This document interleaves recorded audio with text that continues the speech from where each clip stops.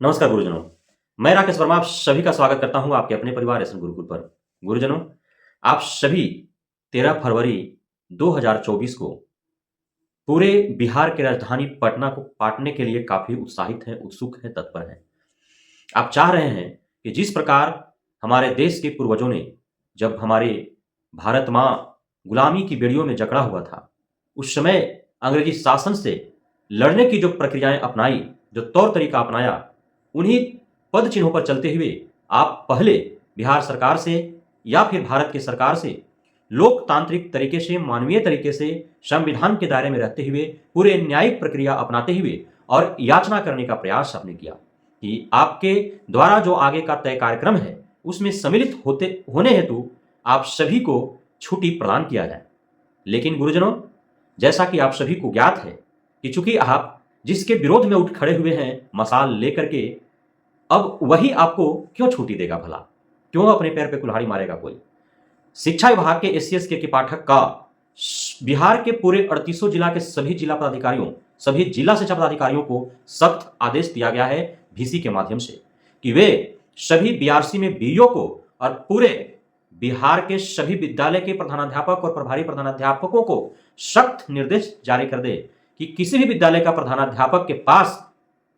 यदि किसी शिक्षक का आकस्मिक छुट्टी हेतु आवेदन प्राप्त होते हैं तो स्वीकृत न किया जाए। यदि बिहार विद्यालय शिक्षक एकता मंच के द्वारा जिला स्तर पर उस जिला के सभी नियोजित शिक्षकों को आकस्मिक छुट्टी के लिए यदि आवेदन प्राप्त होते हैं तो उसे रिजेक्ट कर दिया जाए और एससीएस के पाठक के VC में दिए निर्देश का पालन करते हुए सभी जिला शिक्षा पदाधिकारियों ने आदेश जारी कर दिया है कि बिहार शिक्षक एकता मंच के द्वारा जिला अंतर्गत कार्यरत सभी नियोजित शिक्षक जो 13 फरवरी को विद्यालय में जिन्हें आना चाहिए था, चूंकि बिहार विशिष्ट शिक्षक नियमावली एवं सक्षमता परीक्षा का विरोध करने हेतु उन्हें पटना जाना है, इसलिए वे आकस्मिक छुट्टी लेना चाहते हैं। अतः किन्हीं को भी छुट्टी स्वीकृत नहीं किया जाए, अर्थात बिहार शिक्षक एकता मंच का छुट्टी की स्वीकृति हेतु जो आवेदन प्राप्त किए गए हैं, प्रदान किए गए हैं, उसे रिजेक्ट किया जाता है और इस प्रकार नियोजित शिक्षकों को अब छुट्टी मिलना तय है या नहीं है, अर्थात छुट्टी नहीं मिलेगी। अब उन्हें बिना छुट्टी लिए ही अपने मांगों को मनवाने के लिए दबाव बनाने हेतु 13 फरवरी 2024 को जो पटना में विधानसभा का घेराव करना है, उस हेतु उन्हें जाना पड़ेगा। तो यह ही अंतिम सत्य है और आप सभी नियोजित शिक्षक गुरुजनों को बिना ही छुट्टी लिए, यदि हो सकता है ऐसा कि एससीएस के पाठक जो है VC किए, VC में उन्होंने जिला शिक्षा पदाधिकारियों को आदेश दिया, पुनः जो है जिला पदाधिकारी जो है अपने स्तर से उन्होंने लेटर जारी किया और विद्यालयों के प्रधानाध्यापक तक वह निर्देश पहुंचे ही नहीं, तो हो सकता है कि गलतफहमी में आकर के और प्रधानाध्यापक, प्रभारी प्रधानाध्यापकों के द्वारा आपको छुट्टी निर्गत भी कर दिया जाए, ऐसा भी हो सकता है। या फिर चूंकि आधे से अधिक विद्यालयों में नियोजित शिक्षक ही प्रभारी प्रधानाध्यापक के रूप में कार्यरत हैं, तो भला वे क्यों छुट्टी स्वीकृत नहीं करेंगे? अपनी ऐसे भी नौकरी खतरे में है, तो लो खतरे पर खतरे ही सही। तो वैसे जो अनियोजित शिक्षक ही जो प्रभारी प्रधानाध्यापक के रूप में कार्यरत हैं, तो उनके विद्यालय में बल्कि 100% क्यों नियोजित शिक्षक हो,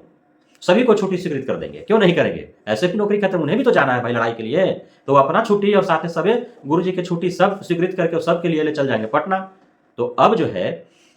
नियोजित शिक्षक गुरुजनों ने ठान लिया है कि भले ही छुट्टी मिले अथवा न मिले,